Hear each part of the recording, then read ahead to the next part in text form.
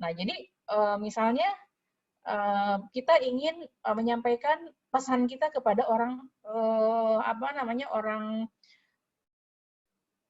Barat misalnya gitu ya, orang Amerika kan kalau nggak bisa bahasa Amerikanya gimana? Nggak bisa bahasa Arabnya, nggak bisa bahasa Inggris gimana gitu ya? Nggak akan sampai gitu. Walaupun ada bahasa lain. Apa itu bahasa lain? Bahasa lain itu isyarat. Ya bahasa isyarat itu bisa gitu. Tapi dakwah ini kan Islam ini kan sesuatu yang luas gitu. Kalau disampaikan hanya dengan isyarat, ya susah juga gitu ya. Oleh karenanya teman-teman yang harus dikuasai itu adalah jenis bahasanya gitu ya. Jadi jangan cukup hanya menguasai bahasa Indonesia saja, ya. Ya di Indonesia saja kita punya lahan dakwah yang luar biasa luasnya. Ya, ada berapa bahasa di Indonesia? Ya, bahasa daerah. Itu lebih dari 40 saya kira ya jenis bahasa daerah. Ya, ada bahasa di Pulau Jawa aja ada bahasa Sunda, ada bahasa Jawa gitu ya. Ada bahasa Banten, itu kan Banten tuh bukan Sunda sama dengan Sunda Priangan. Ya, bahasa Banten tuh beda lagi gitu ya. Sundanya udah Sunda kayak gitu. Kemudian Cirebon juga Sundanya beda dengan Sunda Bandung gitu ya. Kemudian saya kira Jawa juga begitu ya, berbeda-beda ya. Keluar Jawa ya ada bahasa Sumatera aja beda-beda kan dari mulai Medan, kemudian Padang, kemudian Palembang, terus kesininya Jambi gitu dan sebagainya, Lampung gitu ya. Itu pasti beda-beda bahasanya gitu.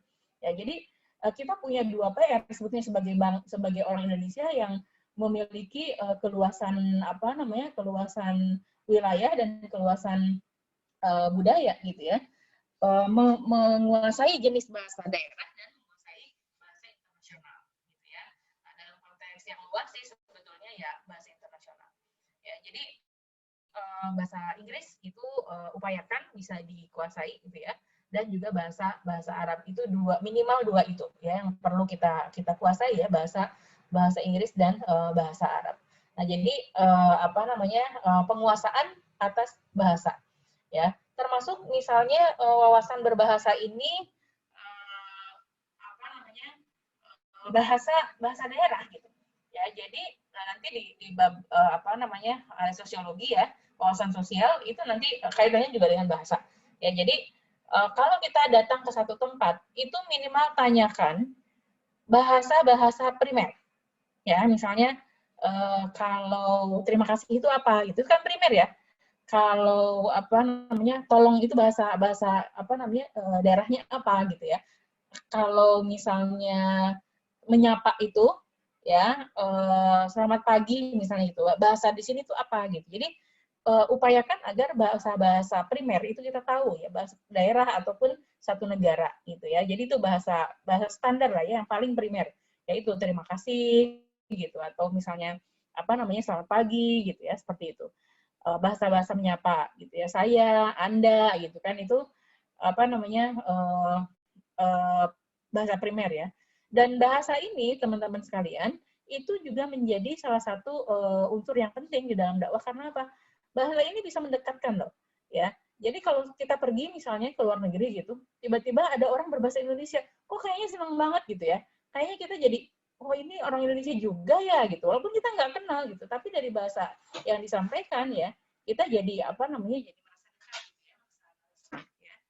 Jadi seperti itu. Nah, kemudian selain bahasa ya yang harus dipelajari juga menjadi wawasan kita juga ya, adalah strategi berbahasa itu, strategi komunikasi itu gitu ya. Jadi kalau misalnya strategi komunikasi ini menyampaikan pesan yang ingin kita sampaikan gitu kan ya. Nah, saya dalam perjalanan berinteraksi dengan banyak orang itu sering nih mengalami bahasa ya, karena saya model yang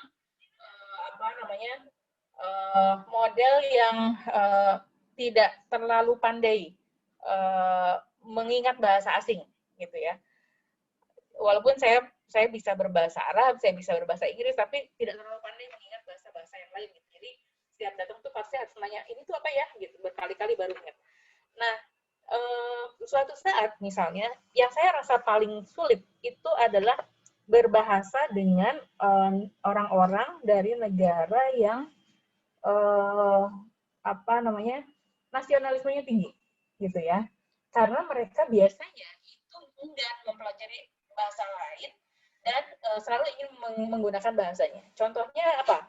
Contohnya misalnya kalau kita ke Turki, ya, di Turki itu orang Turki itu unik, ya, karena apa? Bahasa Arab nggak bisa, bahasa Inggris juga nggak bisa, gitu. Mereka pakainya bahasa apa? Bahasa Turki, gitu ya. Bahkan di apa namanya di nama-nama misalnya apa di publik aja apa toko gitu ya. Kalau kita kan kadang-kadang tokonya pakai bahasa Inggris gitu ya, biar keren gitu. Kalau di sana enggak. Ya, semua pakai bahasa nasional, semua pakai bahasa Turki. Ya, jadi nasionalismenya tinggi banget gitu. Nah, kalau kita ngobrol sama orang Turki agak susah gitu. Karena itu tadi ya, apa namanya bahasa Arabnya nggak bisa, bahasa Inggris juga nggak bisa. Jadi yang bisa apa? Bahasa Turki. Mau kita harus belajar bahasa situ gitu ya kalau kita sering berkunjung ke sana. Nah, jadi suatu saat misalnya di apa namanya di bandara, saya pernah transit misalnya di Qatar waktu itu, ya di Qatar atau di apa di Abu Dhabi ya. Nah, kami transit cukup lama ya dan maskapai penerbangan itu memberikan apa namanya memberikan makan siang ya waktu itu. Saya bertiga dengan teman-teman gitu ya.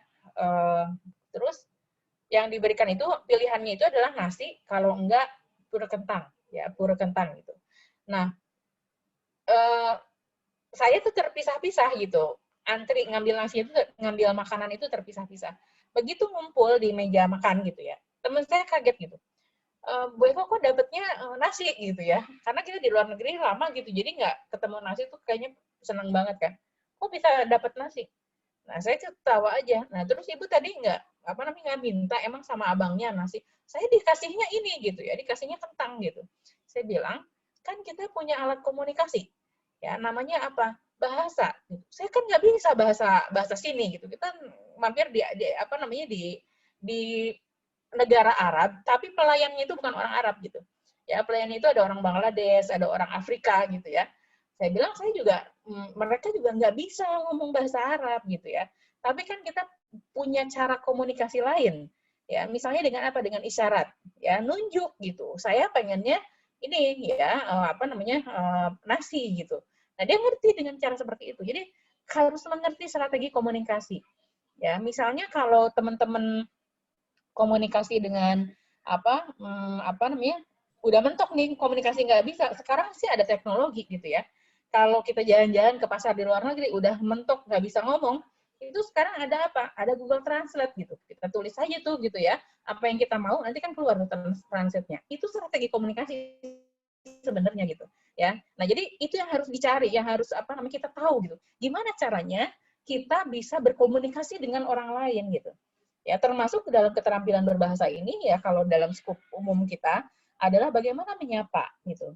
Ya, pelajari teman-teman bisa pelajari deh ya kalau sering berinteraksi dengan banyak orang ya. Kita bisa lihat nih, ada orang yang kalau mengirimkan WA itu, menyapa di WA itu selalu dimulai dengan Assalamualaikum, ya gimana kabarnya, sehat ya. Baru kemudian dia menyampaikan kebutuhannya. Itu strategi komunikasi gitu. Jadi orang dibikin nyaman dulu, ditanya dulu secara personal gitu ya. Bahkan kadang-kadang bukan hanya personal, bukan hanya nanya gimana sehat ibu, gimana ibu sehat gitu ya. Tapi semoga ibu dan keluarga sehat ya. Gitu. Itu kan orang ketika membaca kan merasa oh ya kita disentuh gitu ya, diri kita disentuh dengan keluarga kita. Itu strategi komunikasi. Ya baru kemudian menyampaikan kebutuhannya gitu ya. Nah, ini bisa dipelajari teman-teman cara berkomunikasi ini ya. Bisa dipelajari dari baik dari pengalaman kita ataupun ya dipelajari secara khusus gitu ya. Gimana caranya supaya tablik ini ya menyampaikan ini itu kita bisa menyampaikan dengan cara yang sangat baik gitu ya. Jadi tidak membuat orang bosen gitu ya ketika mendengar omongan kita gitu kan, bahasa itu omongan kita. Kemudian juga kekayaan bahasa juga perlu ya. Misalnya apa namanya bahasa-bahasa gaul ya, kalau teman-teman kan ya milenial sekarang kan bahasa gaulnya banyak gitu ya. Itu juga harus ngerti gitu. Ya saya terus terang aja usia saya ya yang apa namanya seusia saya itu kalau ngobrol sama milenial kadang-kadang saya suka bengong-bengong gitu ya. Ini maksudnya apa ya gitu ya. Banyak nggak tahu gitu. Nah, itu harus belajar juga gitu ya. Makanya kalau kita membuka media sosial, bisa itu bukan hanya sekedar untuk tahu urusan orang gitu ya, niatnya jangan itu, niatnya adalah untuk belajar gitu. Jadi kita apa namanya betul-betul mencari yang kita butuhkan gitu ya. Kalau niatnya nyari tahu tentang orang lain ya kita terjerumus dalam hal-hal yang tidak bermanfaat, ya gosip dan sebagainya gitu. Tapi kalau niatnya untuk menambah wawasan gitu ya, membuka belajar bagaimana cara orang berkomunikasi gitu ya, strategi komunikasi seperti apa, itu akan banyak manfaatnya untuk kita. Ya, bahkan misalnya berbahasa itu kan sekarang banyak bahasa tulisan ya, karena medianya memang media tulisan kan, media-media yang disediakan itu kan medsos itu kan banyaknya medianya tulisan gitu. Nah, kita bisa belajar tuh gitu, bagaimana cara orang menyampaikan gagasan, bagaimana cara orang menyampaikan ide, bagaimana cara orang menyampaikan kebenaran gitu. Ya, Islam itu kan sesuatu yang benar gitu. Kenapa orang seringkali salah persepsi tentang Islam? Karena cara nyampeinginnya barangkali kurang tepat gitu. Ya, betul di dalam Islam itu ya, minuman keras itu haram gitu ya. Tapi apakah cara kita menyampaikan bahwa minuman keras ini haram dengan merusak warung-warung yang menjual minuman keras? Kan nggak begitu ya. Jadi ini strategi komunikasi lagi-lagi gitu ya. Kita perlu belajar bagaimana sih Rasulullah bisa sampai diterima oleh semua kalangan, bisa sampai menampilkan Islam itu rahmatan lil alamin gitu. Karena salah satunya adalah Rasulullah menguasai strategi komunikasi. Ya, suatu hari misalnya istri Rasulullah SAW ya, Maria Al-Qibtiyah itu menangis. Ya, Rasulullah datang, Maria menangis. Ditanya oleh Rasulullah, kenapa? Gitu ya, kata Maria, saya dikata-katain Hafsah gitu ya. Hafsah istri Rasulullah yang lain, putrinya Umar. Saya dikata-katain Hafsah. Dikatain apa? Kata Rasulullah gitu. Dikatain saya kamu kan satu-satunya istri Rasulullah yang orang Yahudi gitu. Jadi kesannya itu orang Yahudi itu buruk gitu ya. Kata Rasulullah, kalau Hafsah mengatakan seperti itu, ya aku akan mengatakan engkau adalah pemilik nasab yang paling mulia gitu. Karena apa? Karena orang Yahudi itu nasabnya adalah nasab Nabi Ibrahim, ya nasabnya adalah nasab Nabi Ismail gitu kata Rasulullah. Ya kemudian Maria merasa senang gitu ya dengan penjelasan dari Rasulullah. Begitu Rasulullah ketemu dengan Hafsah, ya apa yang Rasulullah katakan? Ya, Rasulullah marahin Hafsah enggak? Kamu kenapa gitu ya ngomong sama Maria kayak gitu? Enggak gitu. Rasul tahu betul strategi komunikasinya. Rasul hanya mengatakan kepada Hafsah, ya Hafsah, ittaqillah. Ya wahai Hafsah, bertakwa kepada Allah. Cukup gitu. Gitu ya. Karena apa? Karena Hafsah ini orang yang udah paham banget tentang Islam gitu. Paham banget apa artinya ghibah. Paham banget apa artinya menyepelekan orang lain gitu. Sehingga nggak usah panjang lebar gitu ya dijelasin oleh Rasulullah. Hafsah nggak boleh gini-gini gitu ya. Tapi Rasul cukup mengatakan, ya Hafsah, ittaqillah. Wahai Hafsah, bertakwalah kepada Allah. Dan Hafsah mengerti gitu apa yang dimaksud oleh Rasulullah. Nah, itu strategi komunikasi itu seperti itu. Ya, jadi harus tepat gitu ya mengukur apa nih strategi yang cara komunikasi kita pada orang ini gitu ya. Nah, ini bisa dipelajari dari lingkungan sekitar kita, bisa dibaca dari artikel-artikel tentang bahasa, bisa dibaca dari pengetahuan yang berasal dari banyak banyak sumber ya. Dan yang paling utama adalah bagaimana kita harus belajar bagaimana Allah Subhanahu wa taala itu menyajikan nilai-nilai Islam itu, ajaran Islam itu di dalam Al-Qur'an. Itu luar biasa. Ya, melebihi ilmu bahasa yang lain, melebihi strategi komunikasi yang lain. Ya, kenapa Allah kalau di dalam nilai-nilai universal seruannya adalah ya ayuhan nas, wahai manusia. Tapi kalau di dalam nilai-nilai khusus terkait dengan kaum muslimin misalnya, ya seruannya adalah ya ayyuhalladzina amanu. Itu kan perlu kita pelajari gitu. Itu strategi komunikasi begitu. Ya, kenapa dalam satu ayat ya to the point ya Allah mengatakan abasa wa tawalla misalnya gitu ya. Engkau bermuka masam wahai Muhammad gitu ya dan berpaling dari dia. Itu ja'ahul a'ma, ketika datang kepadamu seorang yang buta. Kenapa kok tiba-tiba ya gitu Allah menegur Rasulullah? Karena itu kesalahan fatal gitu ya. Hubungannya dengan akidah seseorang. Itu strategi komunikasi begitu gitu. Tapi di ayat lain ketika Allah akan memberikan satu perintah kepada Rasulullah, itu pembukaannya kadang-kadang panjang gitu. Dijelasin dulu tentang perang misalnya. Dijelasin dulu bahwa perang itu ya fisabilillah, kemudian nanti yang meninggal gitu ya dicatat sebagai syuhada mendapatkan surga dari Allah. Baru kemudian ada perintah perang gitu. Jadi itu strategi komunikasi gitu ya. Dan sekali lagi ya Al-Qur'an menjadi rujukan utama kita dalam bagaimana strategi berkomunikasi. Ya baik dengan sama kita ataupun dengan yang lebih apa namanya, yang lebih tua dari kita ataupun lebih muda dari kita, atau yang secara sosial misalnya berbeda dengan kita. Itu semuanya ada di dalam Al-Quran, ya. Itu terkait dengan tabligh. Nah, yang kedua adalah Islam, ya. Nah, Islam ini sebagai konten yang kita sampaikan di dalam dakwah, yang semua dai itu harus bisa menguasai keislamannya itu. Tapi bukan berarti ketika kita tidak tahu, baru tahu sedikit tentang Islam, terus kita tidak terkena kewajiban dakwah. Enggak, karena apa? Karena tadi Rasulullah mengatakan, balighu anni walau ayat, sampaikan dariku walaupun hanya satu ayat, gitu ya. Sehingga ke dalam Islam ini apa yang harus kita kuasai? Ya, wawasan apa yang harus kita kuasai? Wawasan keislaman gitu. Ya, jadi kalau tadi di dalam apa namanya tabligh itu ada teknis ya, wawasan bahasa dan wawasan apa namanya strategi komunikasi. Nah, di dalam Islam gitu yang harus kita kuasai adalah konten. Ya, Islam itu seperti apa gitu. Sehingga upaya kita mempelajari Islam itu tidak pernah berhenti karena apa namanya karena usia gitu. Oh, saya udah 70 tahun gitu, nggak usah belajar Islam lagi. Enggak gitu. Ya. Karena apa? Karena Islam itu luas banget. Karena Islam itu apa namanya ajaran yang sangat luas gitu ya. Bayangkan saja mulai dari bangun tidur sampai mulai dari buka mata sampai menutup mata, itu semua ada ajaran Islamnya gitu, ada aturannya. Mulai dari bayi lahir sampai orang meninggal, itu semua ada aturannya gitu ya. Mulai dari urusan pribadi kita ya sampai urusan negara itu ada dalam Islam gitu.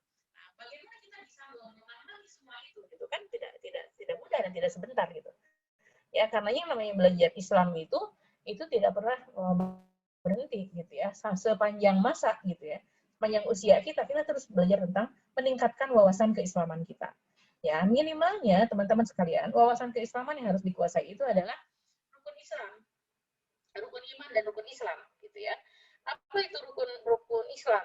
Ya, kaitannya dengan syahadat, kaitannya dengan sholat, kaitannya dengan zakat, kaitannya dengan saum, ya, kaitannya dengan haji, itu perlu kita kuasai gitu. Ya, wawasan keislaman kita itu harus fix gitu ya dalam hal-hal yang pokok, 5 rukun Islam itu tadi. Ya, wawasan keislaman kita harus cukup ya, harus mencukupi dalam rukun iman yang 6. Ya, karena apa? Karena yang ketika kita mengatakan iman, itu bukan cuma iman kepada Allah kan? Ya, iman kepada rukun iman yang 6 gitu. Ya, kepada hari akhir, kepada malaikat, kepada kitab, kepada rasul, ya, kepada takdir baik dan buruk gitu. Ya, jadi itu minimal ya, minimal penguasaan kita terhadap ajaran Islam itu adalah dalam arkanul iman dan arkanul Islam, rukun iman dan rukun Islam gitu. Ya, nah nanti dari situ kan ada pengembangannya, ada akhlak, ada ihsan dan sebagainya gitu ya. Jadi minimal yang kita kuasai adalah rukun Islam dan rukun iman. Gitu ya. Oleh karenanya bagus gitu ya kalau kita misalnya tergabung dalam halakoh ya atau kelompok-kelompok kajian Islam misalnya gitu ya. Karena apa? Karena semua kita ya, walaupun kita sudah menjadi seorang Muslim, walaupun kita sudah menjadi seorang mukmin, walaupun kita menjadi seorang dai, tetap aja harus meningkatkan wawasan keislaman kita. Ya, seperti itu. Jadi tidak ada yang selesai gitu, untuk belajar Islam. Semua harus belajar sampai akhir ya. Itu tentang keislaman ya. Jadi semua ilmu itu ada di dalam Islam gitu ya. Apakah ketika kita bicara tentang belajar tentang keluarga misalnya gitu, itu bukan ajaran Islam gitu ya, cari gitu ya bagaimana Islam bicara tentang keluarga. Ketika tadi kita bicara tentang strategi komunikasi, apakah itu bukan bagian dari keislaman gitu, cari bagaimana Islam bicara tentang komunikasi gitu ya. Itu insya Allah semuanya ada ya, dan sumbernya cuma satu, apa sumbernya? Al-Quran gitu ya. Jadi terus ya mempelajari Al-Quran supaya kita tahu ya kandungannya itu seperti apa. Kemudian linnas ya, dakwah itu ditujukan kepada manusia. Karenanya kita membutuhkan wawasan humaniora, wawasan yang terkait dengan orang gitu ya.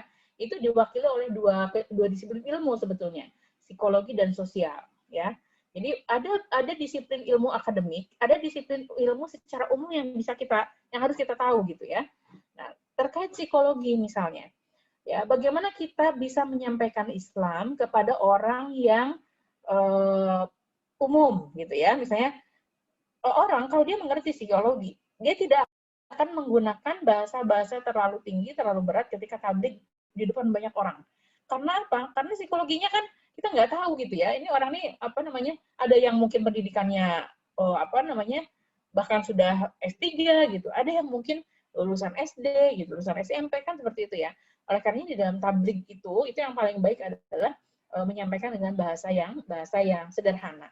Tapi ada juga misalnya kelompok kita bicara menyampaikan Islam di kelompok tertentu, ya misalnya di apa namanya teman-teman mahasiswa gitu ya, itu kan sudah bisa diajak berpikir gitu ya, diajak merangkaikan apa namanya satu hal dengan hal lain gitu. Tapi kalau kita menyampaikan Islamnya kepada ibu-ibu rumah tangga gitu ya, yang apa sudah banyak bebannya mengerjakan pekerjaan rumah, itu kan beda lagi bahasanya gitu. Harus bahasa yang dekat dengan mereka gitu. Karena apa? Nah, di sini perlunya psikologi sosial sosiologi ya, memahami bagaimana kondisi kejiwaan orang dan bagaimana apa namanya kondisi sosial ya di sebuah tempat gitu. Nah, bagaimana kita berbicara dengan orang yang lagi terpuruk misalnya. Nggak bisa dikatakan misalnya, ya habis gitu ya. Kan ajaran Islam itu misalnya ada teman kita nggak pakai hijab gitu ya. Ternyata dia misalnya apa namanya mendapatkan gangguan gitu ya dari lawan jenis misalnya gitu. Nggak bisa kita bilang habis sih kamu nggak menutup aurat. Itu orang lagi terpuruk gitu ya. Jangan dulu dibilang gitu. Tapi yang harus kita bangun adalah apa? Adalah semangat dia untuk bangkit kembali gitu ya. Seperti itu.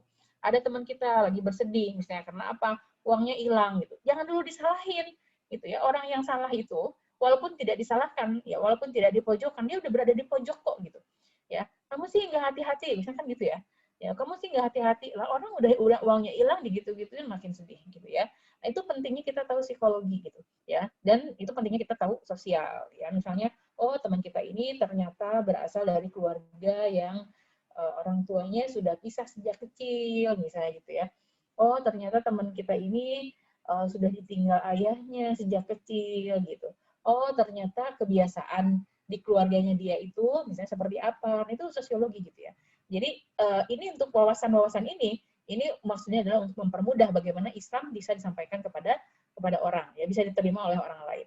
Ya sekali lagi, ya dalam konteks ini Muhammad Abduh ketika ditanya oleh apa namanya salah seorang peserta ya di dalam debat tentang Islam, ya mereka bertanya gitu ya, kami menemukan apa Anda menjelaskan tentang Islam gitu, tapi kami menemukan Islam itu di Barat justru dilakukan oleh orang-orang yang non Muslim gitu ya, menjaga kebersihan gitu ya, trust, saling percaya, kemudian dan sebagainya, santun dan sebagainya gitu. Nah kemudian Muhammad Abdul menangis gitu ya dalam forum itu. Dia mengatakan al Islam mahjubun bil muslimin. Islam itu tertutup oleh perilaku orang Muslim gitu. Jadi sulit gitu ya orang menerima Islam karena apa? Karena tadi gitu seringkali mungkin apa namanya kita tidak mengerti gitu ya bagaimana cara menyampaikan Islam ini kepada orang gitu ya. Itu terkaitannya dengan manusia. Jadi wawasan humaniora ini penting ya untuk dikedepankan untuk dipelajari. Kemudian taklim ya. Taklim ini membutuhkan apa skill tersendiri ya karena taklim itu tadi apa mengajarkan ya. Apa wawasan yang diperlukan? Wawasan keilmuan ya. Jadi karena taklim ini sudah satu tingkat ya, satu tahap di atas tabligh, ya mengajarkan itu kan bukan cuman menyampaikan, bukan cuma ngasih tahu. Kalau tabligh itu kan ngasih tahu aja. Kalau taklim itu sudah pada mengajarkan ya. Teman-teman di kampus itu bukan cuma tabligh ya, gurunya bukan cuma dosennya bukan cuma menyampaikan, tapi taklim ya mengajarkan. Karena apa? Tandanya taklim itu ada evaluasi ya ada ujiannya gitu ya ada apa namanya ininya ada peningkatan yang lebih signifikan gitu dari orang yang didakwahi gitu ya dan yang terakhir adalah tatbik ya tatbik ini membutuhkan wawasan mengenai strategi pendidikan dan pembinaan ya karena apa tatbik ini adalah tingkatan dakwah yang paling tinggi lah ya gitu ya bagaimana menerapkan ajaran-ajaran Islam fi wakil hayat dalam kehidupan dalam realita kehidupan. Gitu. Jadi kalau teman-teman belajar ekonomi Islam di kampus gitu ya, itu taklim. Tapi bagaimana teman-teman berinteraksi gitu ya ketika misalnya saya mau ini gitu apa namanya jualan online misalnya gitu. Nah itu udah tatbik tuh gitu ya, udah praktek nih gimana nih gitu. Yang dibutuhkan adalah wawasan pendidikan dan strategi pembinaan, ya strategi pendidikan dan strategi pembinaan. Jadi bagaimana kita menempa diri kita untuk membiasakan. Bagaimana kita menempa diri kita untuk komitmen. Nah itu udah pada strategi pembinaan kan, ya disiplin, komitmen, kemudian membiasakan, ya menempa diri gitu. Itu bagian dari pembinaan, ya seperti itu. Nah jadi teman-teman sekalian, wawasan-wawasan yang dibutuhkan oleh seorang daiyah itu adalah wawasan yang seperti itu, ya mulai dari keilmuannya harus banyak, ya jadi ada istilah dai itu, ya dai itu perlu tahu banyak hal gitu, ya tidak boleh ketinggalan. Karena apa? Karena yang dihadapi orang banyak gitu, ya bukan hanya sekelompok orang gitu, ya karenanya misalnya kita perlu bergaul, ya pergaulan kita itu bukan hanya dibatasi pada kelompok tertentu, ya tapi kita perlu bergaul dengan berbagai lapisan masyarakat, di mana kita bisa menemukan ya profil lapisan masyarakat itu sekarang gampang di medsos gitu. Buka aja medsos, itu udah mewakili semua lapisan masyarakat. Mulai dari yang berpikir sederhana, berpikir lurus, ya berpikir baik, mengajak pada kebaikan, sampai yang mengajak keburukan, ya sampai yang tidak layak sebenarnya untuk dilihat oleh orang gitu, disampaikan di situ gitu. Nah, jadi media sosial ini sebetulnya membantu kita untuk menampilkan objek dakwah yang sekarang ada di hadapan kita gitu. Ya, misalnya kita bisa mengimbanginya dengan hal yang memang berkonten dakwah atau tidak gitu ya, seperti itu. Nah, teman-teman sekalian, ya terakhir saya ingin menyampaikan satu ayat di surat An-Nahl ayat 125. Ya Allah berfirman, a'udzubillahi minasyaitonirrajim, ud'u ila sabili rabbika bil hikmati wal mau'izatil hasanah. Ya seluruhlah manusia, ya ud'u, ya berdakwahlah engkau kepada manusia bil hikmah, dengan penuh hikmah gitu. Dengan penuh hikmah itu bukan cuma kasih sayang ya, tapi bijaksana gitu. Ya, kalau ada memang kita perlu marah ya harus marah gitu. Itu namanya hikmah. Ya, kalau kita cukup ya dengan dengan bicara santun, ya cukup bicara santun gitu.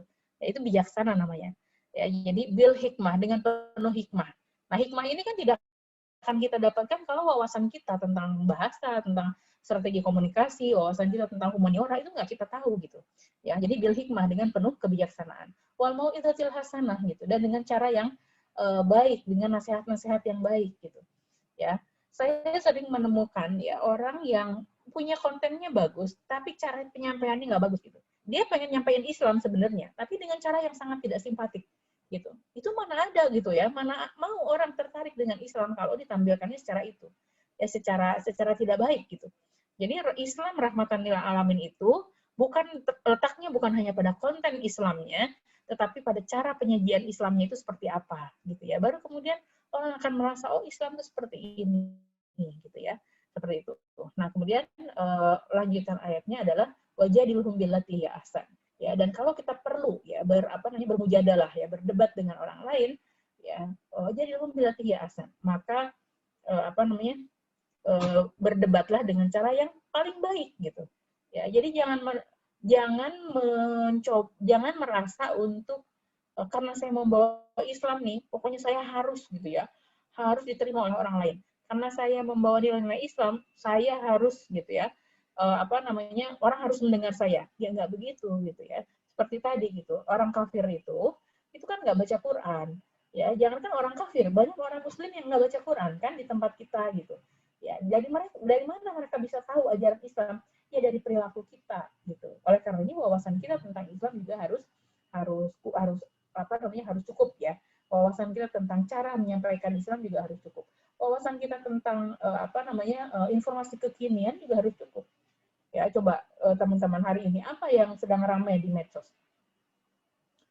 Ya, yang lagi ramai di medsos hari ini kan urusan politik gitu ya.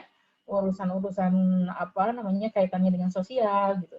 Misalnya apa yang pagi ini berita lagi ramai. Wali Kota Bogor mempolisikan rumah sakit Umi, misalnya gitu ya. Itu kan informasi itu perlu untuk daiyah gitu. Jangan sampai ketika kita berinteraksi dengan orang ya, ntar orang bilang, oh pantesan gitu ya, oh Islam kayak gitu, yang menyampaikan Islamnya aja kayak si A, kayak si B, kita nggak tahu si A itu siapa sih, si B itu siapa sih, gitu. Jangan sampai seperti itu. Ya daiyah itu harus punya wawasan yang luas ya, punya informasi yang cukup gitu ya, dan mengikuti perkembangan zamannya, ya.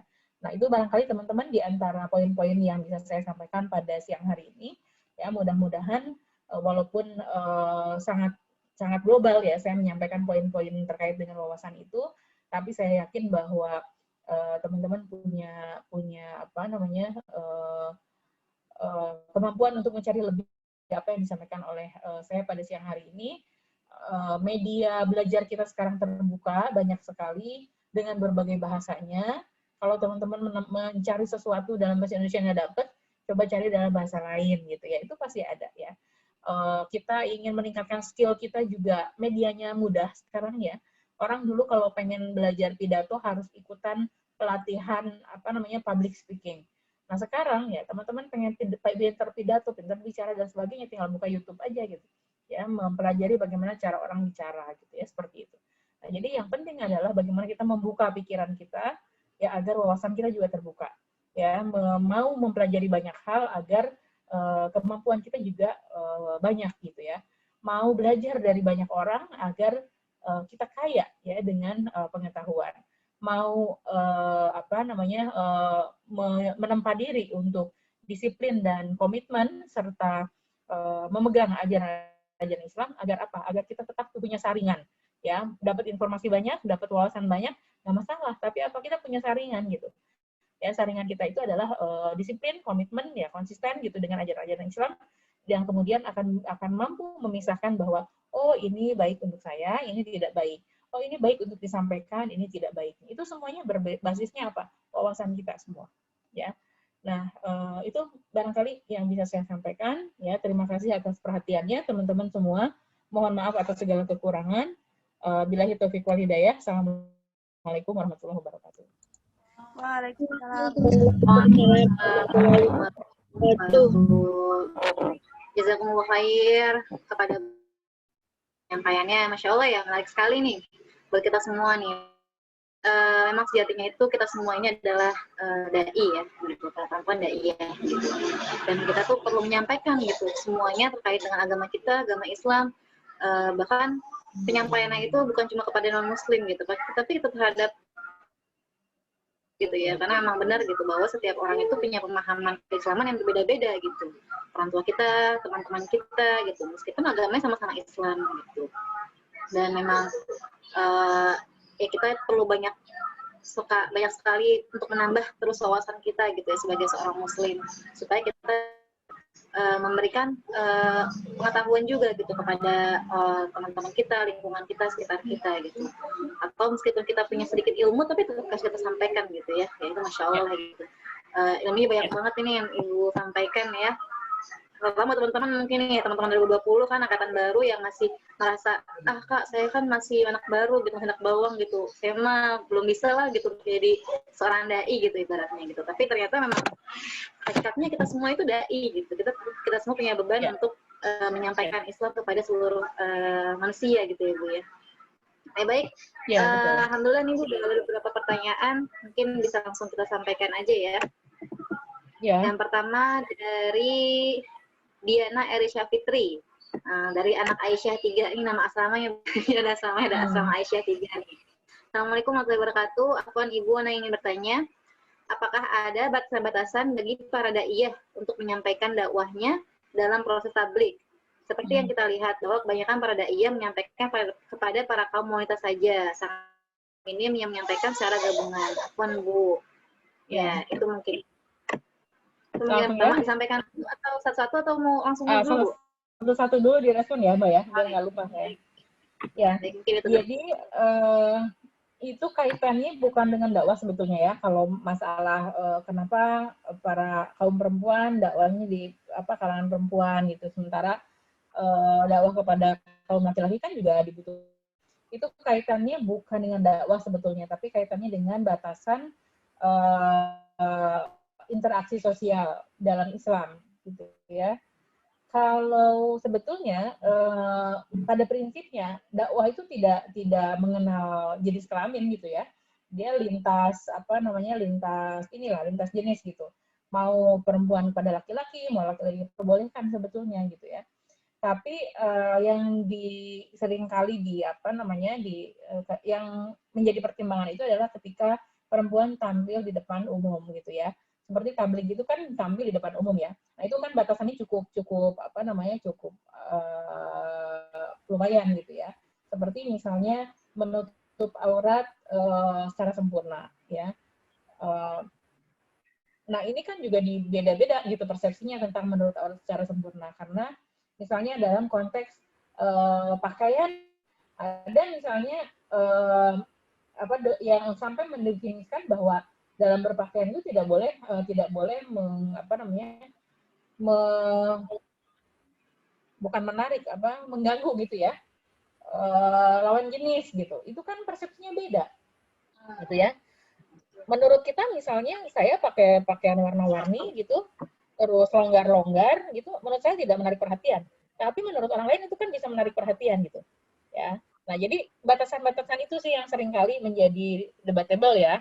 Sehingga kaum perempuan itu lebih banyak memilih untuk ya udah di kalangan perempuan aja yang biar lebih aman gitu. Ya, jadi kaitannya dengan adab tadi penampilan di hadapan kaum laki-laki gitu. Ya, karena memang kan beda ya kalau perempuan itu ya dilihat oleh banyak orang ya walaupun menurut kita misalnya udah serapi-rapinya gitu ya, nggak ada yang kayaknya nggak ada yang menarik lagi gitu, tapi kan beda gitu ya dengan laki-laki gitu. Nah itu sebabnya banyak daiyah, banyak mubalik perempuan yang membatasi untuk ya dakwahnya di kalangan perempuan saja gitu. Tapi ada juga kan para perempuan gitu ya yang berdakwah di di hadapan kaum bertablik ya, mubalik menyampaikan di hadapan kaum laki-laki gitu, terutama untuk tema-tema topik-topik yang memang lintas gitu. Termasuk topik ekonomi sebetulnya ya. Ekonomi Islam itu kan nggak mengenal jenis kelamin gitu, beda dengan misalnya peran perempuan. Nah itu jelas ya, peran perempuan itu kan memang perempuan objeknya gitu. Tapi kalau topiknya ekonomi itu kan umum gitu ya, ekonomi gitu, laki-laki perempuan membutuhkan, bahkan kadang-kadang lebih banyak peminatnya laki-laki daripada perempuan gitu ya. Nah jadi sebetulnya tidak ada batasan dalam berdakwahnya, tapi batasannya adalah bagaimana berpenampilan gitu di hadapan komunitas bapak-bapak itu, komunitas laki-laki itu yang harus diperhatikan sih. Ya kita sudah punya poin-poin prinsip yang jelas ya, bagaimana seorang perempuan ketika berada di hadapan laki-laki yang bukan mahramnya. Ya, yang paling utama adalah menutup aurat gitu, dan menutup aurat itu poinnya bukan hanya tertutup seluruh tubuhnya, tetapi misalnya tidak terlihat lekukan tubuhnya. Makanya pakaiannya harus longgar-longgar gitu ya. Kemudian warnanya tidak mencolok, tidak menarik terlalu terlalu ini ya. Nah itu gitu. Poin-poin ini kan kadang-kadang standarnya beda gitu ya. Nah, jadi poinnya bukan pada dakwahnya, tetapi poinnya pada itu, pada menjaga penampilan ketika berada di hadapan kaum pria gitu ya.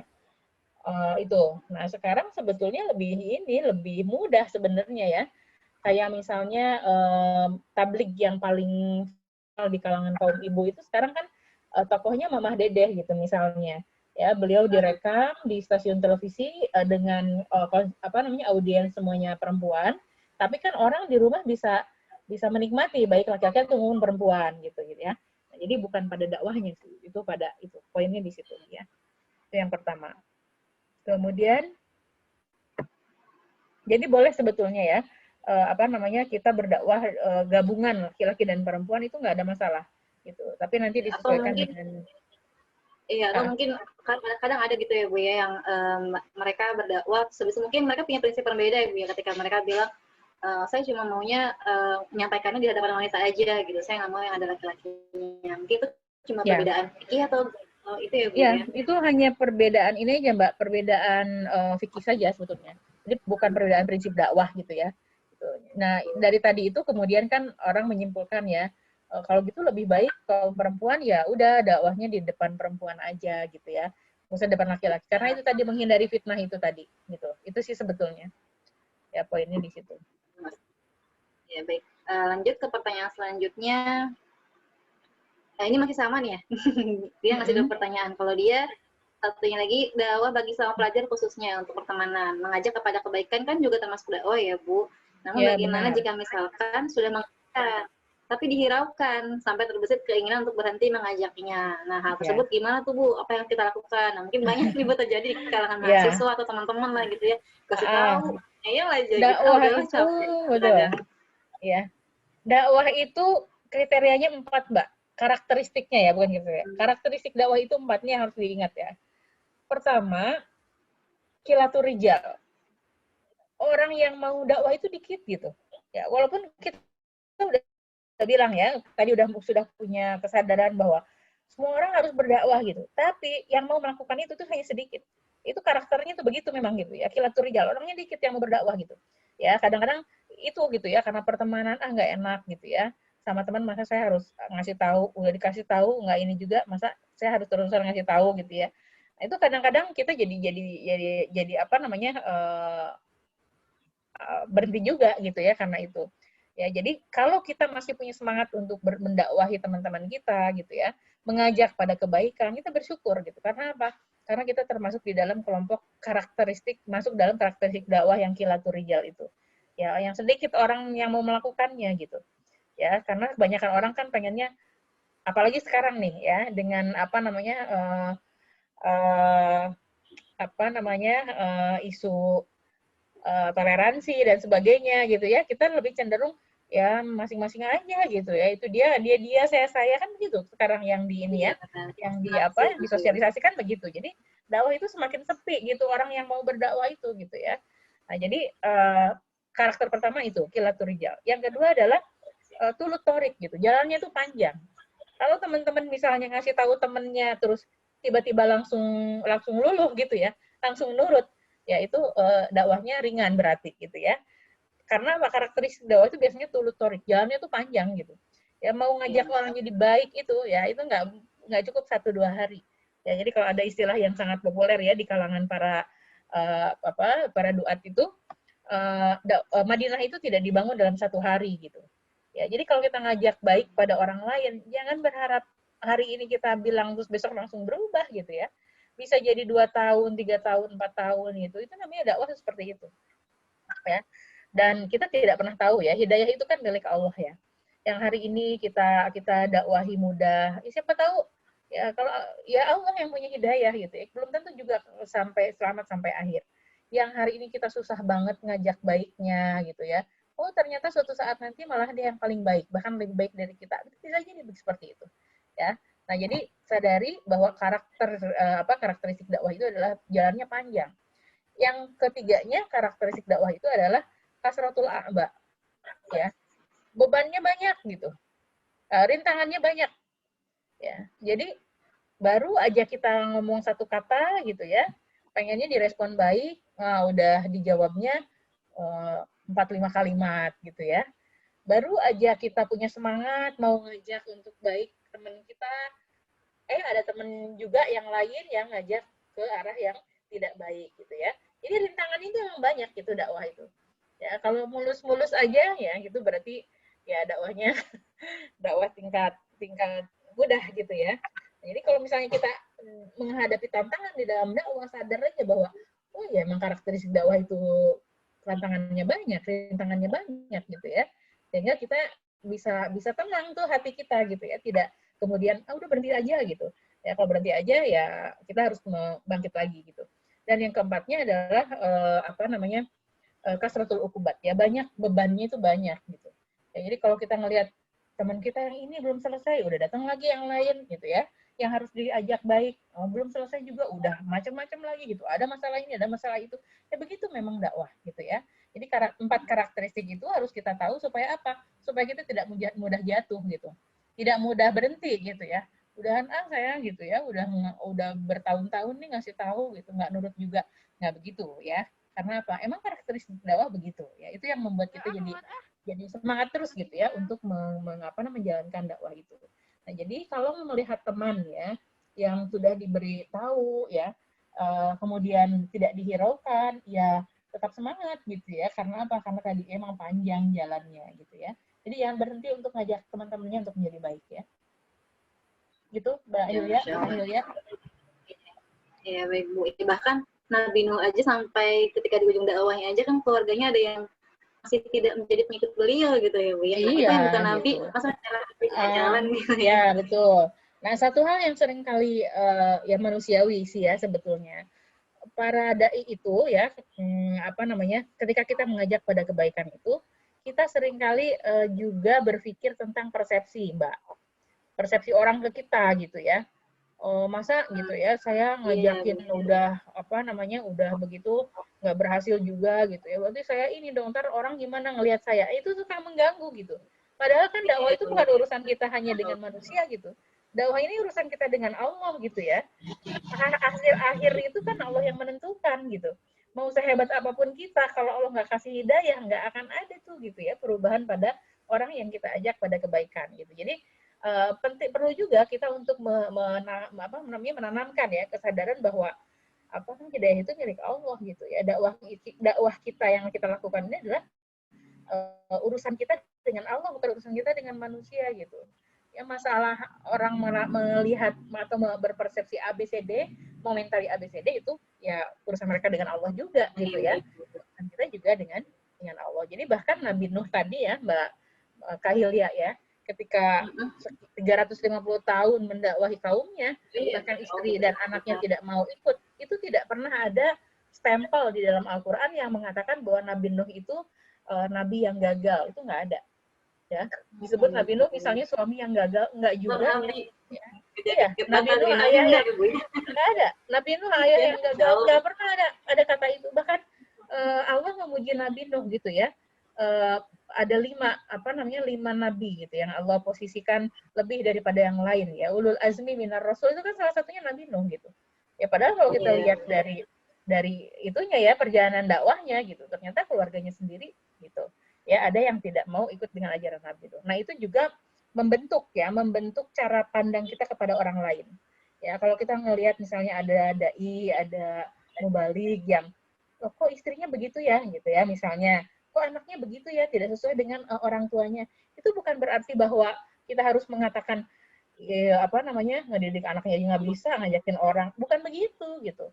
Ya, tapi yang harus jadi pola berpikir kita itu adalah mungkin dia sudah mengajarkan anaknya gitu, tapi ya seperti Nabi Nuh itu gitu ya, nggak mau ikut anaknya gitu. Itu kan masalahnya masalah hidayah gitu. Jadi ketika kita melihat diri kita dengan benar, kita akan melihat orang lain dengan benar juga gitu. Ya, seperti itu. Ya, baik, insya Allah pemakaran jawabannya. Baik, lanjut ya Bu, pertanyaan selanjutnya. Ya.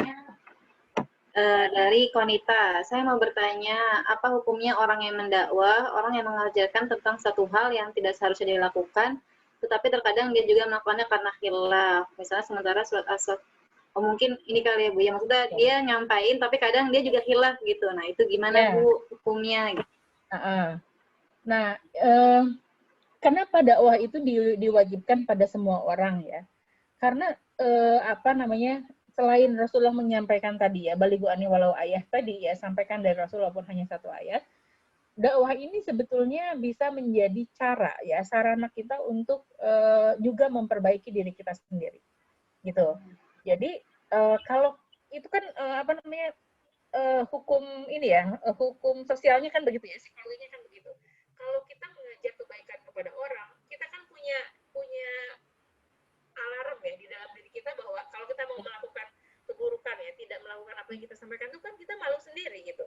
Ya, itu seperti seperti ya warning lah ya yang kita tanamkan dalam diri kita bahwa kita harus mampu gitu ya melakukan apa yang kita sampaikan. Nah, ketika apa yang kita lakukan ya kemudian bertentangan dengan apa yang kita sampaikan dan tidak dilakukan secara sengaja, itu tidak masalah gitu. Yang masalah itu kalau kita melakukan hal yang bertentangan dengan apa yang kita sampaikan, itu dilakukan secara sadar dan sengaja. Nah, itu yang bermasalah, yang masuk dalam kategori di surat As-Saff tadi. Ya. Kabura maktan indallahi an taqulu ma la taqulun itu kalau kita melakukan sesuatu ya yang kita ucapkan dengan sadar dan secara sengaja gitu. Ya. Nah, jadi itu kan ayat itu konteksnya dalam konteks para sahabat ketika itu eh, mengatakan sesuatu yang menyakiti Rasul sebetulnya gitu. Ya, konteks ayat itu. Nah, sampailah kemudian ya saling inilah gitu ya, saling meninggikan dirinya ya. Kemudian turunlah ayat ini gitu ya. Kabur maktan innallahi yang taqulu ma la taf'alun ya. Allah sangat membenci gitu ya. Kalian ya ketika saling membesarkan dirinya, kan saya yang lebih ini, kan saya yang lebih itu gitu ya. Tapi ternyata realitanya nggak seperti itu gitu. Itu ditegur oleh Allah dengan ayat itu tadi. Gitu ya. Jadi kalau misalnya hilaf ya atau lupa atau misalnya kita tidak sadar melakukannya gitu. Kan kadang-kadang begitu ya. Setan itu masuk ke kita itu kan kadang-kadang halus banget gitu. Tiba-tiba ketemu dengan teman lama gitu ya, ngobrol karena kangen gitu ya, lama-lama ngobrolnya jadi gibah gitu kan, itu nggak sadar kadang-kadang kan gitu ya. Nah, ya padahal yang kita sampaikan kepada orang lain jangan sampai kita bergibah kan begitu ya. Nah kalau sadar ya ketika kita sadar segera kembali ya, segera beristighfar, kemudian ya hentikan gibah itu dan topik yang lebih baik daripada itu gitu. Jadi konteksnya kalau kita secara sengaja ya udah sadar tapi asik nih ngobrolin orangnya gitu ya, terus dilanjutin tuh ngomongin orangnya, nah itu masuk dalam kategori yang tadi di dalam ayat itu. Tapi kalau kemudian kita segera memperbaiki ini setelah itu, ya itu lebih baik ya di dalam dakwah gitu. Karena apa? Karena tidak ada orang yang sempurna juga gitu ya. Orang yang namanya lupa, yang namanya salah itu biasa. Ya, manusia itu seperti itu gitu ya. Yang paling baik itu adalah yang ketika dia menyadari kesalahannya dia segera kembali. Ketika dia menyadari kehilafannya dia segera kembali, kan itu.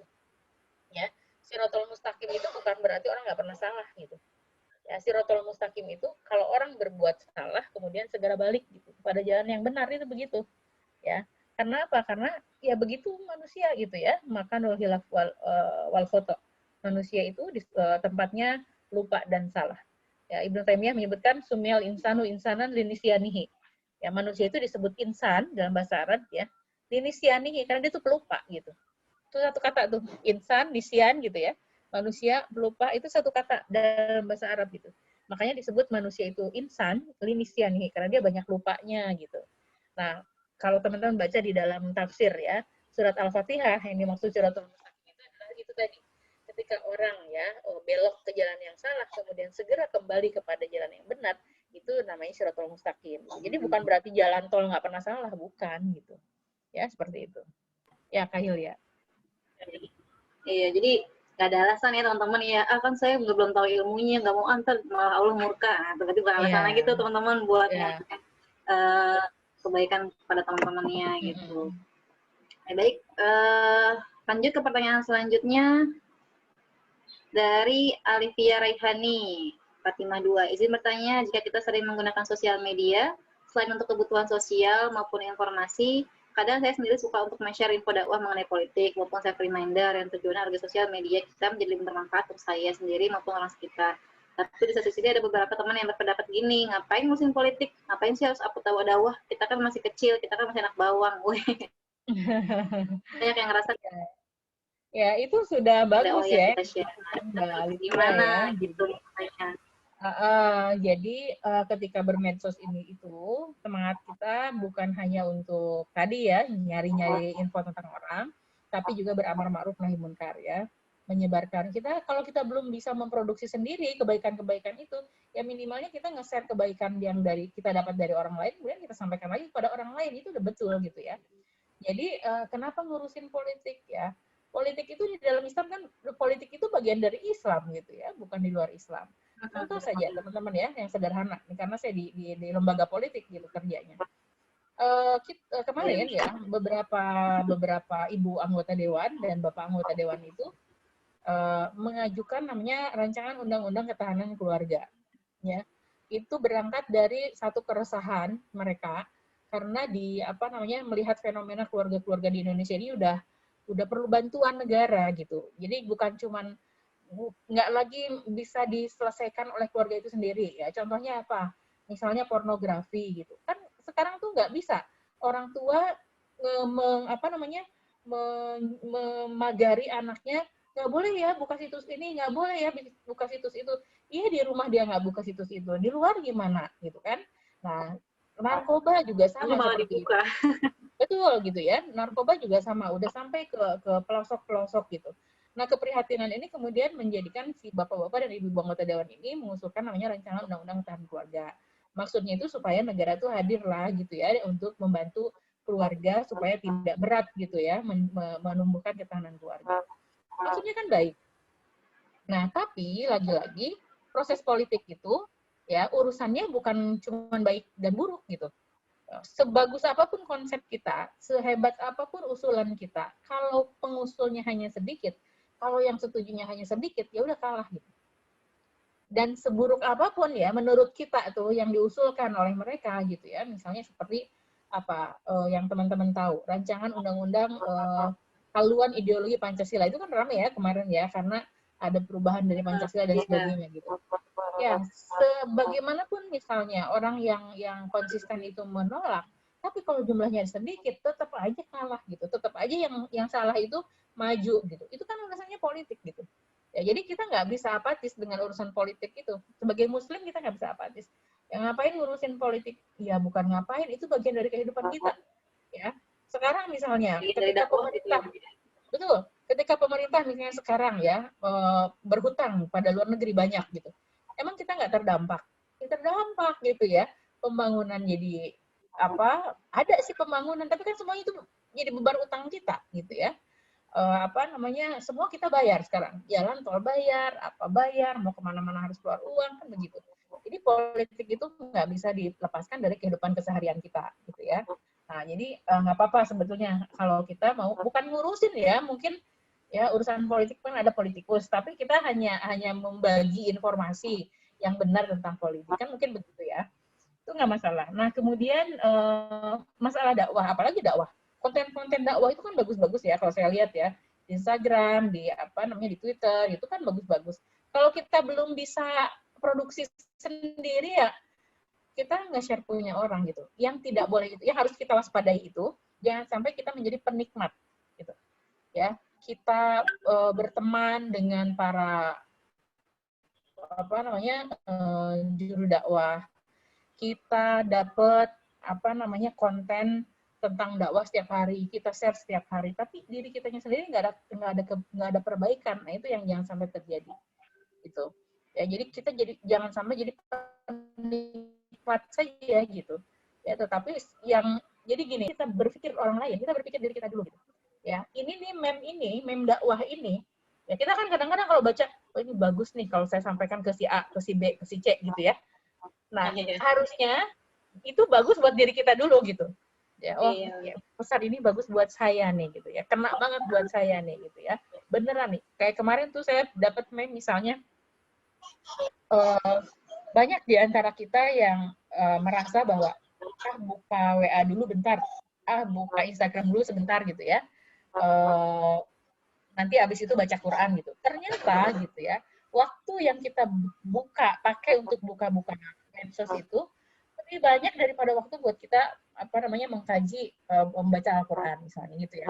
Itu buat saya ini banget gitu ya, apa namanya peringatan banget gitu, karena kan sering kali kita begitu ya. Jadi yang diingat itu jangan dulu orang lain gitu. Oh, ini bagus nih buat anak saya, enggak ke sana dulu, tapi saya dulu gitu. Wah ini bagus buat saya gitu ya, ini manfaat banget buat saya, baru kemudian kita share gitu. Jadi ketika kita nge-share kebaikan itu, ketika kita nge-share dakwah itu, jangan ditujukan untuk apa namanya menembak seseorang gitu ya, maksudnya jangan ditujukan karena kita tahu keburukan seseorang gitu, sehingga kita berharap ini kenanya ke si A, ini kenanya ke si B gitu. Tapi kita niatkan dakwah itu ya untuk semua gitu ya, karena yang kita inginkan adalah kebaikan untuk semua. Jadi istilahnya nggak ada dalam dakwah itu, nggak ada istilah anak bawang sebenarnya gitu ya. Semua kita sama di hadapan Allah ya, punya tanggung jawab dan apa namanya kewajiban yang sama di hadapan Allah gitu ya. Itu Mbak. Jadi tetap semangat ya untuk dakwah di medsos. Ini kalau saya ya karena kita kan ya insya Allah ya teman-teman semua kan orang-orang baik ya kita gitu ya. Jarang buka-buka akun-akun yang tidak baik. Nah, saya pernah misalnya sekali-kali itu search ya. Ini orang nih kayaknya banyak gitu ya, anak-anak muda, anak-anak milenial itu menyebut nama orang ini. Ya, influencer lah gitu ya. Begitu saya buka akunnya, ya itu Masya Allah gitu. Merusak. Ya, bukan hanya menampilkan hal-hal yang tidak layak, tapi merusak dan mengajak kepada kerusakan. Bukan hanya mengatakan bahwa saya memilih jalan ini gitu ya, tetapi dia mengajak orang untuk tidak percaya pada Tuhan gitu. Ya, kalau saya sebutkan namanya teman-teman pasti tahu. Ya, itu di Instagram tuh kayak gitu. Saya sampai beristighfar berkali-kali gitu ya. Karena apa? Saya pikir gitu, itu tuh cuman tokoh ya kayak biasa aja gitu, tapi followernya jutaan. Gitu ya. Dan saya lihat postingan-postingannya yang ya ampun gitu. Ini udah postingan-postingan yang tidak layak dilihat oleh orang gitu. Ya, dengan berbagai gayanya yang apa namanya yang ya jangankan nilai agama gitu ya. Nilai sopan santun aja tuh udah nggak masuk tuh gitu dalam postingan-postingan itu. Ya, tapi ternyata itu dikonsumsi ya oleh ya banyak sekali anak-anak bangsa gitu ya yang melihat konten itu gitu. Nah, makanya yang muslim-muslim itu gitu ya dengan konten-konten dakwah yang baik itu harusnya kita juga apa namanya bisa menyemarakkan apa namanya medsos dengan konten-konten yang baik itu gitu ya. Jadi jangan sampai karena kita bersikap apatis kemudian kebatilan itu apa namanya semakin semarak gitu ya dan al-haq itu ya makin redup gitu ya. Itu kita harus ikut bertanggung jawab juga gitu ya atas hal-hal seperti itu. Gitu Mbak Kak Hilya ya. Iya, baik. Jadi emang selama kita punya kemampuan, kita punya skill, ya jangan pernah kita malu gitu ya untuk menyebarkan kebaikan gitu. Sampai berbagai sosial media itu diisi oleh keburukan-keburukan gitu. Tapi sekarang kan viralnya apa tambah lagi TikTok gitu ya Bu ya. Dulu tuh isinya hal-hal yang nggak berguna gitu. Tapi Masya Allah sekarang udah banyak orang yang dakwah di TikTok juga. Kalau teman-teman mampu, kenapa enggak gitu ya? Nggak perlu apa namanya peduli kata orang gimana gitu. Main TikTok juga gitu. Mau TikToknya kan untuk kebaikan gitu. Kenapa emangnya gitu? Dan prediksinya ke depan TikTok itu akan mengalahkan YouTube ya. Nah itu wawasan juga tuh kayak gitu-gitu. Ya banyak membaca informasi kajian-kajian di media yang serius-serius dikit lah gitu ya. Kita baca misalnya bagaimana orang mengkaji ke depan perkembangan medsos itu gimana. Ya salah satu yang saya baca itu ke depan TikTok itu akan menggeser YouTube gitu ininya apa namanya popularitasnya. Gitu. Makanya bagus kalau dari sekarang kita udah bersiap-siap tuh gitu ya mempersiapkan gitu artinya gitu, supaya nggak keduluan sama mereka yang ya seperti itu tadi gitu. Iya ya, Masya Allah nih teman-teman semuanya nih temanya menarik banget tuh. Jadi teman-teman juga sepertinya semakin banyak gitu ya kita terbuka wawasan kita, alhamdulillah gitu bahwa kita sebagai seorang perempuan, sebagai seorang muslimah punya kewajiban juga gitu untuk berdakwah gitu kepada teman-teman kita, lingkungan sekitar kita gitu, keluarga kita juga gitu. Jadi jangan pernah merasa bahwa diri kita tuh kecil gitu, bahwa diri kita tuh nggak punya ilmu, tapi sampaikan meskipun cuma satu ayat gitu. Ya baik, terima kasih untuk teman-teman yang bertanya dan terima kasih juga untuk Bu Eko atas jawaban-jawabannya dari teman-teman. Dan ini dari panitia nih katanya nitip ada 2 door prize ya untuk teman-teman peserta semuanya nih. Jadi door prize pertama itu diberikan untuk penanya pertama katanya. Nah, Masya Allah nih penanya pertama tadi siapa tuh ya? Siapa Mbak? Eri Syafitri. Kak Eri Syafitri, Diana Eri Syafitri dari Asia 3 nih. Barakallah nih dapat door prize dari panitia. Nanti silahkan untuk menghubungi panitia ya. Menghubungi panitia untuk bisa disampaikan nanti hadiahnya. Kemudian satu lagi dari Ibu mungkin ada pertanyaan Bu, pertanyaan terakhir untuk teman-teman. Nah nanti yang bisa jawab nih bisa angkat tangan. Kemudian nanti dikasih door prize juga dari teman-teman panitia. Silakan Bu, ada mungkin pertanyaan singkat. Tadi terakhir saya membacakan satu ayat Al-Quran, ya itu surat apa dan ayat berapa? Ada nyatet nggak? Nah, surat apa dan ayat berapa? Surat berapa, ayat berapa? Terakhir ayat tadi dibacakan sama Ibu. Surat An-Nahl, Kak. Silakan bisa jawab, ada? Surat An-Nahl. Silakan, ayat? Reka. Berapa ya? Surat An-Nahl ayat 125, Kak. Ud'u ila Ya, sabili betul. Siapa ini? Masya Allah. Barakallah. Siapa tadi tuh? Barakallah. Irfa'ul Rizqah, Kak. Irfa'ul Rizqah. Ya, barakallah. Sudah menjawab pertanyaannya. Nanti teman-teman panitia nih ya bisa di komunikasikan untuk silakan disampaikan ya.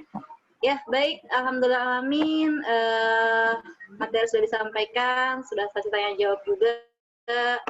Sekali lagi terima kasih banyak jazakumullah khair untuk Bu Eko atas penyampaiannya sehingga kita bisa menambah wawasan kita semua di pagi hari ini. Ya. Semoga bisa bermanfaat untuk kita semua, untuk saya pribadi juga, Masya Allah. Jadi reminder tersendiri, jadi semakin menambah percaya diri kita gitu ya semuanya gitu sebagai seorang muslimah. Kita tidak boleh hanya diam-diam aja di rumah aja gitu, tapi kita juga harus tampil untuk bisa mengkontribusi dalam kebaikan. Baik, mungkin terakhir ada closing statement dari Ibu. Ya, saya ingin mengingatkan kepada diri saya, kepada kita semua juga bahwa kaidah-kaidah dakwah yang tadi ya disebutkan di awal perlu betul-betul kita pahami bahwa dakwah itu tidak akan pernah ada ujung. Ya, dakwah itu berlaku untuk semua orang. Dakwah itu bukan hanya dengan lisan saja, tapi menampilkan akhlak yang baik, menampilkan sikap yang baik itu juga bagian dari dakwah yang menjadi kewajiban kita. Ya, oleh karenanya ayat yang disampaikan oleh Allah Subhanahu wa taala di surat Al-Baqarah itu berlaku untuk semua kita ya, fastabiqul khairat. Berlomba-lombalah kita dalam melakukan kebaikan. Berlomba-lombalah kita dalam melakukan dakwah kepada siapapun. Dan tidak boleh ada orang yang merasa bahwa dakwah kita tidak berarti. Tidak ada ya. Bahkan dakwah kepada diri sendiri pun gitu kadang-kadang dibutuhkan dan itu sangat berarti buat kita semua. Itu Mbak Kayul ya. Ya, mohon maaf atas segala kekurangan ya, teman-teman dan panitia. Bu, iya. Terima kasih sekali lagi jazakumullah khairan Eko sebagai materi kita di hari ini. Semoga bisa menambah wawasan kita semua, membuka kembali pikiran kita semua ya. Baik, jazakumullah khairan juga untuk peserta yang sudah stay sampai sekarang ya untuk mendengarkan pemaparan materi dan sesi tanya jawab tadi. Baik, kakak akhir aja. Dari kakak juga mohon maaf sebagai moderator jika ada kesalahan baik yang sengaja maupun yang tidak. Sebelumnya mohon maaf. Bila terkendaya, assalamualaikum warahmatullahi wabarakatuh. Kita kembalikan kepada MC. Jazakumullah khair Kak Hilya dan Bu Eko. Materi hari ini Masya Allah luar biasa ya, sebagai pengingat kita juga nih sebagai seorang muslim bahwa kita semua adalah dai gitu. Jadi bukan hanya untuk mereka-mereka yang sudah punya ilmu tinggi gitu, tapi kita juga yang sedang belajar seperti hadis Nabi tadi sampaikanlah walau satu ayat gitu. Jadi teman-teman yang masih merasa anak bawang atau yang lainnya semangat gitu, karena kita semua itu emang diwajibkan untuk berdakwah gitu. Semoga juga ya ilmu yang kita dapatkan hari ini bermanfaat dan bisa kita terapkan juga di kehidupan kita sehari-hari. Untuk pemateri dan juga moderator, jika memang ada acara lain atau agenda lain, kami persilakan untuk meninggalkan ruang Zoom ini.